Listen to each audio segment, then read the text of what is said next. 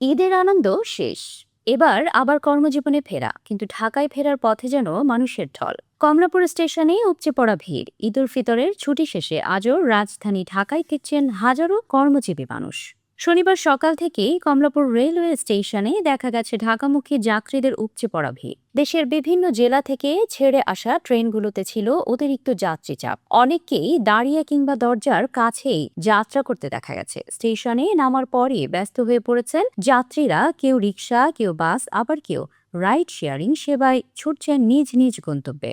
Luggage হাতে ক্লান্ত মুখ, কিন্তু তবু স্বস্তির হাসি। পরিবারের সঙ্গে ঈদ কাটিয়ে নিরাপদে ফিরতে পেরে খুশি সবাই। রংপুর থেকে আসা রেজা কিবরিয়া বলেন, পরিবারের সঙ্গে ঈদ কাটিয়ে ঢাকায় ফিরেছি, আবারও কর্মময় জীবন শুরু হবে। যে কয়টা দিন পরিবারের সঙ্গে ছিলাম বেশ আনন্দেই কেটেছে।